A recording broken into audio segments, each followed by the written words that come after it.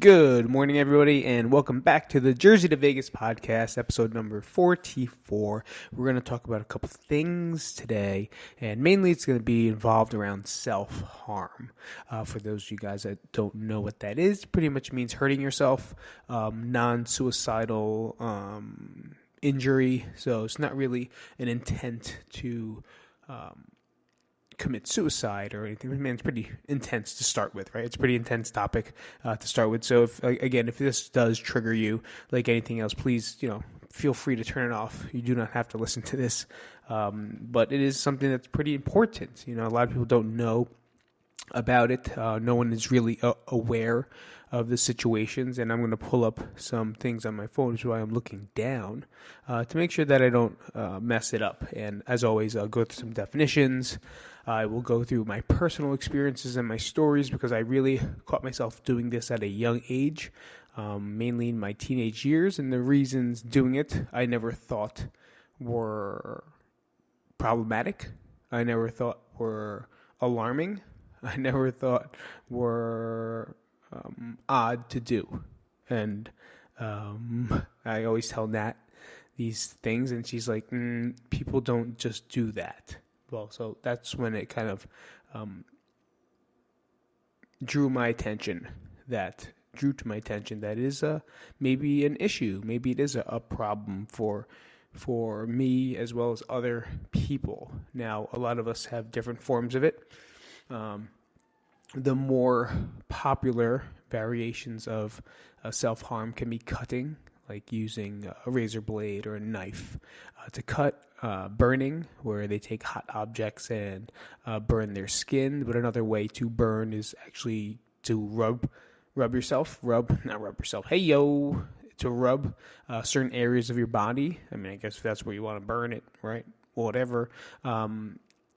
Enough to cause irritation or rashes or intense burn, kind of peeling of the skin and blunt objects. You can go down the line, hitting your head against the wall. That counts as self-harm as well. There's different things, and everyone is different. So before I get into it a little bit more, I want to make sure I give my shout-outs to my Patreons. Thank you so much for everything that you do and continue to do. You guys are absolutely the best things out there because you still help me do what it is I'm here to do, and that is to deliver a message of whatever it is that I'm talking about today.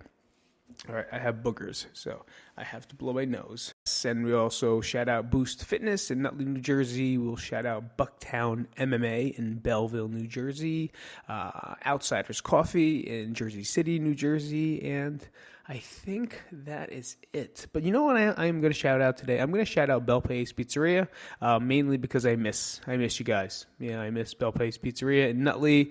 Hands down, the best pizza and attitude in Nutley ever invented. So thank you guys for everything. Personally, I'm great friends with them. And, I just wanted to shout them out because I kind of miss bread, pizza, eggplant parm sandwiches, which none of them I can have anymore. None of them. So it doesn't even matter. Like, don't fucking send me any. Don't freeze it and then, one day FedEx it to me. It's not going to be worth it because I'm not going to be able to eat it. I just miss it for sure. Chicken parm sandwiches. What's up? All right. So this is kind of like I'm self-harming myself right now mentally because I'm not allowed to have it, but I'm trying to force myself to have it. All right, so here we go. Self-injury, cutting. Obviously, these are not my definitions. They're real definitions. Mayo Clinic, non-suicidal self-injury, often simply called self-injury, is the act of deliberately harming your own body, such as cutting or burning yourself.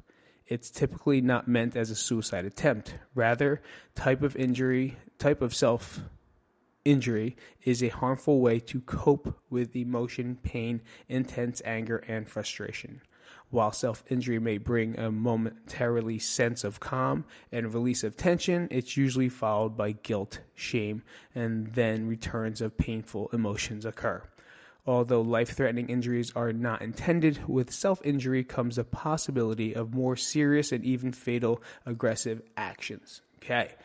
Before I get into the symptoms of that, let me tell you personal experience of what I did myself, not just in the recent time of my deep depression after closing the gym, but other times when I was younger, coaching wrestling, working at Marriott, and so forth. So I would more recently, I used the form of cutting and burning, and I hit it. I kind of hit it, honestly. I really didn't care at some point. So here in my arms, can't see, I have 1, 2, 3, 4, 5 cut and burn marks on the form. That's why I wore a lot of long sleeves during that time and process. I really didn't like anything about myself, so everything I wore was even extra large to large clothing, and at that time I just didn't like anything about me, so I would just cut and burn. Why? Right? And then I have it on my legs too, so cut and burns on my legs and my hand right here, 1, 2, and then 5 on the wrist here. It would be times where I could not, I felt like I couldn't feel anything. I couldn't feel emotions. The only emotion I felt was numbness, sadness, and like overwhelming. So I didn't really understand any other way to feel. So I would get so pent up and trying to understand ways to just, I guess, feel better. That intense burn, that act of here it comes, like that you waiting for it to hit your skin or you waiting for it to open up your skin, that was like a rush. It felt good to do. It was not right to do, but it felt good to do. Because like the definition said, momentarily it released other feelings. Like I felt something. And I even wrote in the book. It was like it's a point in life where I didn't feel anything, and I don't understand why. So I wanted to feel something. I wanted to feel alive. So I did that, and that made me feel alive, for like a second. And then comes the guilt and the anger because like, why did I do this? You're such a piece of shit. What if someone sees it? What are you gonna do now? And then you cover it up, and then all the emotions that were overwhelming you before return. So guess what you're going to do again? You're going to get to the point again where you can't fucking take it anymore, and then you rinse out and you repeat, right? That was more of a present kind of coping when I was self-harming myself. Now, another way I did it was before the cutting. Now we can keep going before that. So this is when the gym was closed, right? And I didn't understand why. I didn't know what to do. So I would work out like crazy, right? In that time of switching gyms and not really having any money, and because we just switched and then they closed it, so then I have no more money, and then the government didn't give us any money to help me with whatever it is. Everyone else got unemployment and I didn't. So it's one of those things where I got fucking really frustrated. So I would just work out to the point where I tried to beat every record that I can. I tried doing different programs. I did anything that kind of burned and hurt. And then if I didn't do it or didn't accomplish it, I would run into the bathroom and smash my face into the walls. Not only that, I would take my fists and punch myself until I feel my cheeks getting swollen. If I have pictures of them, I might, because I definitely did at some point take a picture. I don't know if I deleted it, but I took a picture of my face from when it was swollen-ish, because my face, I guess, can take a lot of punishment from the years of doing so. But that was also another way I coped with that emotion. It was I would punch myself many times in the face, usually here. Usually this poor side of my face would definitely get beat up. This one too. I would try to bust my own cheekbone, but you don't have so much power into it, but enough to hurt, right? Enough to hurt, enough to get some swelling, and you'll feel like throbbing pain. And that's another way I coped with the intense emotions. I just didn't. Why do you do it? I don't know. That, everyone is different. Everyone's psychological, I don't know what the word is, there is different. There's not a specific way or why or how people do these, but usually it's to help cope with intense emotions or intense thoughts and feelings that you cannot deal with. So that's when all of these methods come out to play. I'm going to take a quick break while we reset the camera, and I'll be right back. And we are back. What's going on? We're going to go over some symptoms. That was the next part of this definition. Some symptoms that you may see to kind of, I guess when you're looking at not only yourself, if it's yourself, you'll know, but maybe you have a daughter or a son, that is doing it, and maybe you don't know exactly what to look for. Here are some symptoms that you can look for. Scars, often in patterns. That's funny, right? Because my patterns are in lines going down my arm, like almost like you're playing a game, 1, 2, 3, and then 5, cross it over.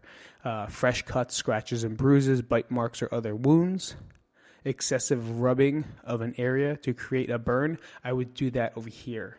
I would go do that. So I would get like a coarse towel and I would scratch, or like a Brillo pad, but not a pad. The green one. The Brillo would definitely cut it pretty fast. I forget what it's called, the Scott Bright, and I would just scrape it until it would burn, and then I would kind of develop a patch here.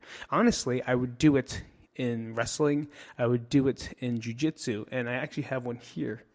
Whereas I would fight against people, I would use their gi to kind of just keep rubbing my head, even though they're on top of it. I would do it to create some type of a burn.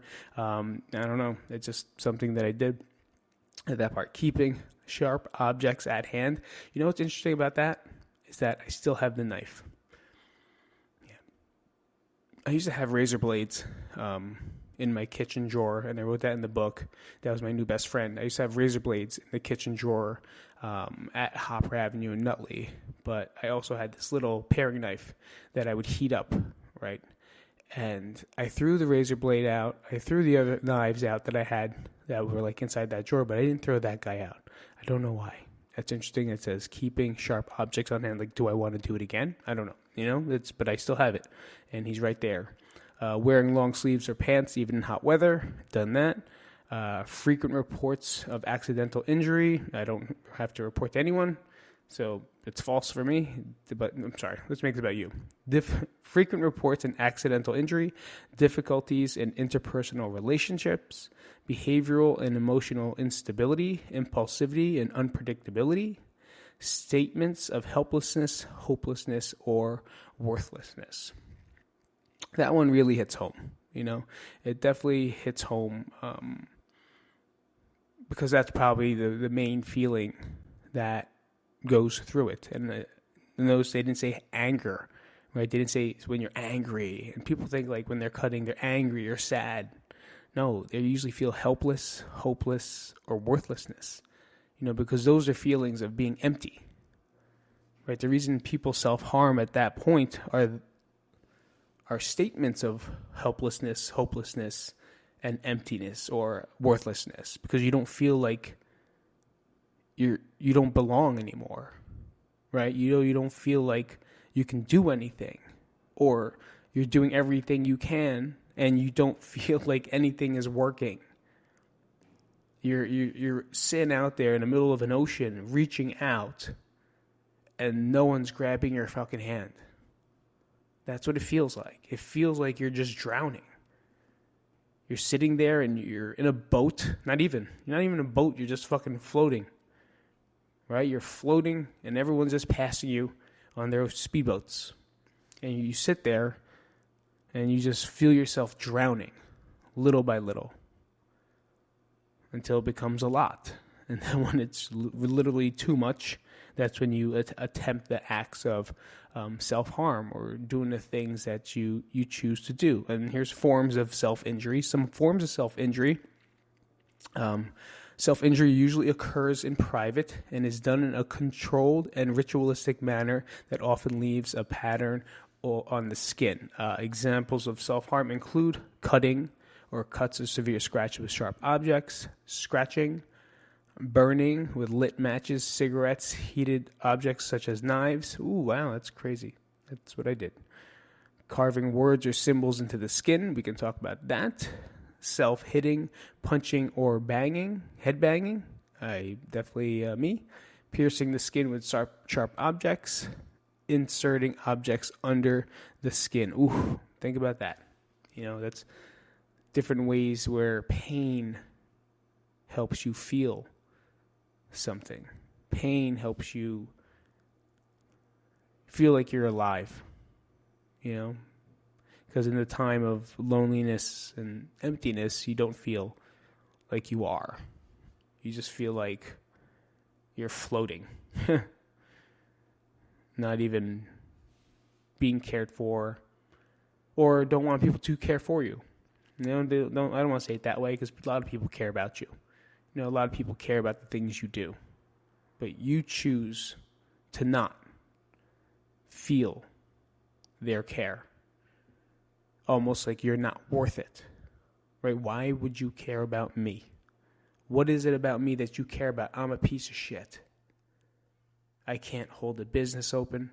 I can't help my family.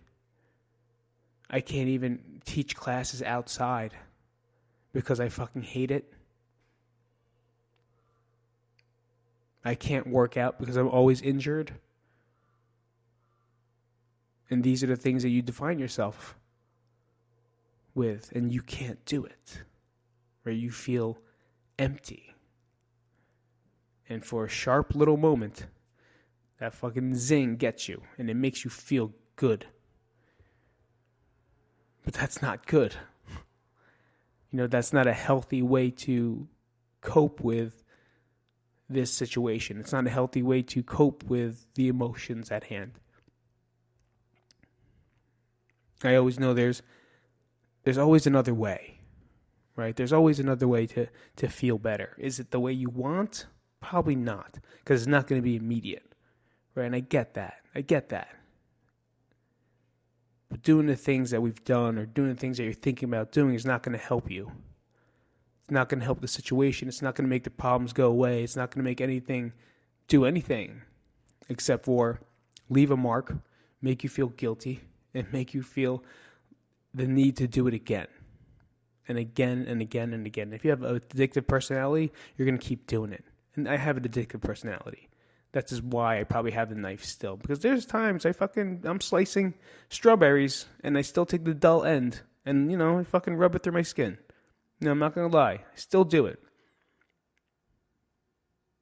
There's no intent. But it is addictive. So if you are that person that have any of these symptoms or issues, you can message me. I'm cool with it. We'll find a way to help you out. Or just even better, go see a therapist. No shame in seeing a therapist and starting. Everyone goes, how do I get one? Where do I start? Google therapist in your area and you'll find one. It's that easy.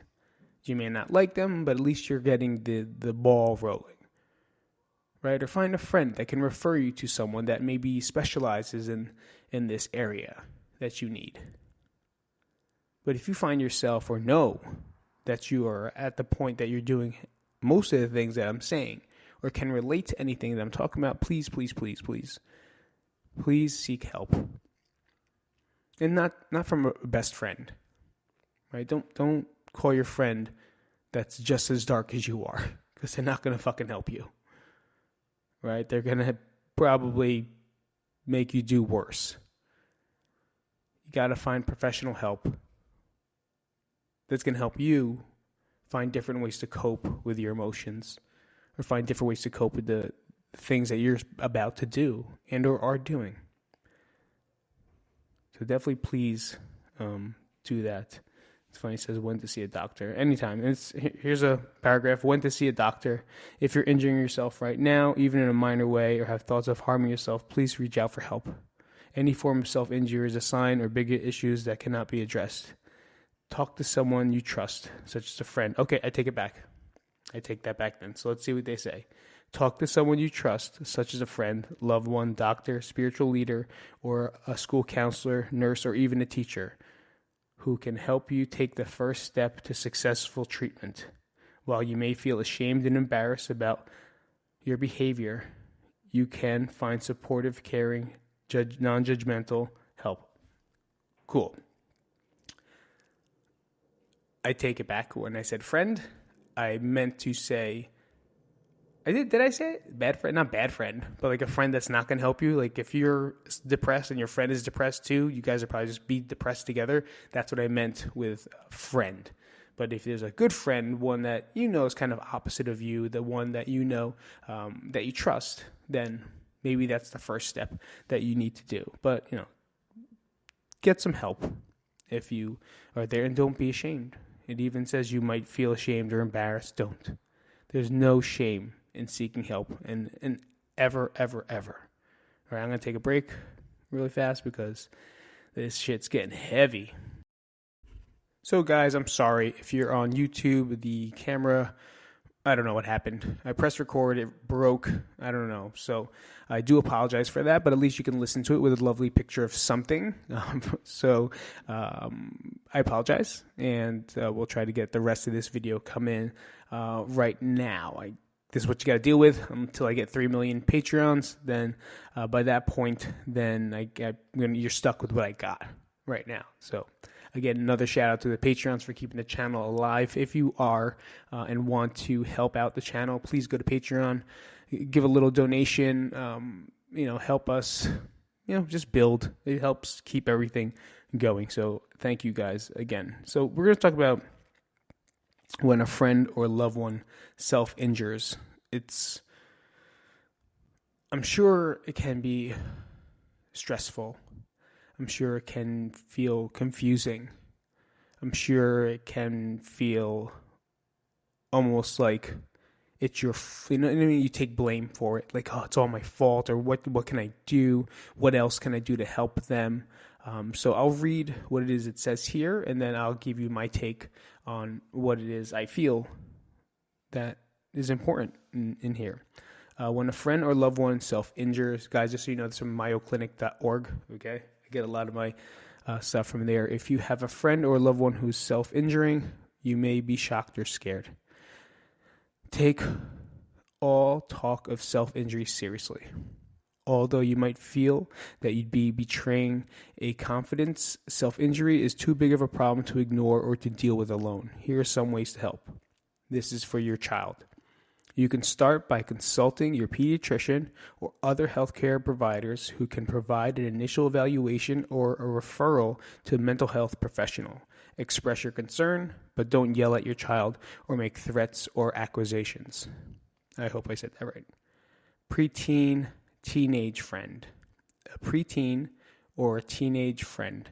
Suggest that your friend talk to a parent, a teacher, a school counselor, or another trusted adult. Gently express your concern and encourage the person to seek mental health treatment. Since I'm here, emergency help. If you've injured yourself severely or believe injury may be life-threatening, or if you think may hurt yourself or attempt suicide, call 911 or call your local emergency number immediately. Please consider these options. You can call the suicide hotline at 1-800-TALK, 1-800-273-TALK. Okay, again, 1-800-273-TALK. Very, very, very important for you just to not get mad or aggressive at them. Okay, so if that's the one take I can say in there personally, when you feel, and you're going to get aggravated, right? You're going to be angry because you're going to ask the question, why? Why do you want to do this? Aren't we good enough? Isn't what you have good enough? Why would someone like you want to do this? You're so good in school. Why would you want to do this? There's no face dealing or coping with emptiness or pressure or stress. So the main emotions that's going to rise is anger, right? Because anger is not the emotion. An anger is accumulation of emotions, which I always say. So for you to be angry at the child or person or friend, that's the one thing that's going to turn them away from you. You're no longer going to be trusted. It's like, who the fuck do you think you are? Don't yell at your child and make threats or accusations. Don't yell. Be supportive. If you know or feel like they have these symptoms, or you feel or know that they're going through a hard time, talk to them. And I feel like that's one thing most people don't do, is they're afraid to talk because they're afraid to hurt their feelings. They're afraid to bother them. They're afraid to... I had the word or the act right there, but I don't remember what it is. Either way, you avoid it. To avoid confrontation, to avoid conflict. But if you know and you start to see these signs that you already just heard and listened about, well, take some action and just show love. Take some action, just show some care. Because they're hurting. These people are fucking hurting. They don't feel anything inside. They're at a point in their life where it just doesn't matter anymore. They're at a point in their life where everything feels hard. Now, they can be super successful in school. They could have that facade of I'm the perfect child. They can be the depressed kid that just doesn't talk to anybody. They could be the star athlete that's in going to college on a D1 scholarship. Pressure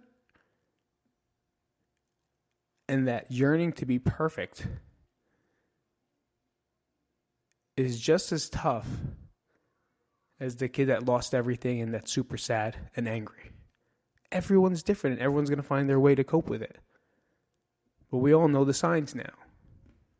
So if you see it, you kind of feel it, take the time to talk, right? Take the time to just sit down and shoot a message these days, right? Text message. Everyone texts anyway. No one even talks on the phone. Just shoot a text. See what happens. At least they know they're being thought about. At least they know that someone's there. And they might not even. But as a friend, as a parent, you have to continue to try. Right? You have to continue to go. And as much as you think you may be a bother, as much as you think you might be a nuisance, you're not. Because you're doing the best you can for what it is you can control at that point. So let's get to the last thing, will be the causes that I'm going to talk about here. And if you want to hear more about this, please let me know. Comment up for this. Causes, there's no one single cause or simple cause that leads someone to self-injure. In general, self-injury may result from poor coping skills. So non-suicidal self-injury is usually the result of the inability to cope with in a healthy way with psychological pain. They just don't know what to do, right? We just don't understand what to do with it. And I didn't want to seek help. I just had poor ways to cope with my guilt, anger, frustration, sadness, depression. I just didn't know what to do. And I didn't ask for help because I'm super Pete and I wanted to do everything by myself. Whenever we moved gyms, here's a perfect example. Whenever we moved gyms, I didn't want anyone to ever fucking help me because I hated it. I fucking hated every minute of moving. And I didn't want anyone to feel, I felt like I lost. Right? I fucking lost. And I didn't want anyone, I want to cry by myself. I want to punish myself by making me do all the work by myself. And I didn't want to bother anybody because I didn't know how to deal with it. I don't know what to do. So I just ate the pain. I just kept eating it over and over and over again. Number 2, difficulty managing emotions. The person has a hard time regulating, expressing, or understanding emotion. The mix of emotions that triggers self-injury is complex. For instance, there may be feelings of worthlessness, loneliness, panic, anger, guilt, rejection, self-hatred, and confused sexuality. Man, 100%, even the confused sexuality. Just kidding about that. But it's true. Like you feel lost and you feel lonely. You feel like you can't get out of your own way. And I'm going to end it on that. On a last note, if you know anybody or feel that someone's at risk, take the time to reach out. All right, guys, thank you so much for coming out this week. Again, this is a topic that is a little bit sensitive. It may be a little triggering. So if it does trigger you, please turn it off. You don't have to listen to it if you don't feel it's going to be helpful for you. For those of you guys that may be experiencing these feelings, please. And also, if you feel like someone else is experiencing these feelings, please reach out to them, reach for help. Let's find the people help that they need. All right, I'll see you guys later. This is Pete from the Jersey to Vegas podcast, episode number 44. Thank you guys so much for coming out, and I'll see you guys later. Thanks for listening. If you enjoyed this episode and you'd like to help support the podcast, please share it with others, post about it on social media, or leave a rating and review. To catch all the latest from Pete, you can follow him on Instagram at Pete Isip. Thanks again, and see you next week. Bye-bye.